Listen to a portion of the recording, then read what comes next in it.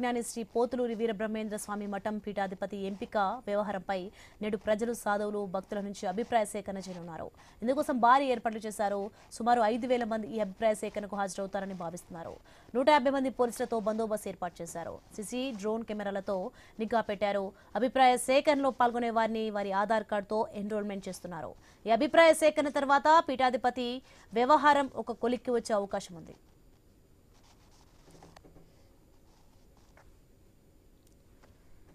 ఇక పూర్వ పీఠాధిపతి మొదటి భార్య రెండో భార్య కుటుంబాలు మఠం పీఠాధిపత్యం కోసం పోటీ పడుతున్నాయి. పలుమార్లు పూర్వ పీఠాధిపతి రెండవ భార్య మారుతి మహాలక్ష్మి కోర్టును ఆశ్రయించారు.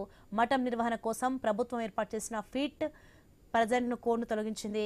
సాంప్రదాయం ప్రకారం మఠాధిపతి సంతానంలో పెద్ద కుమారుడికే పీఠాధిపత్యం బాధ్యతలు అప్పగించాలని కొందరు డిమాండ్ చేస్తున్నారు.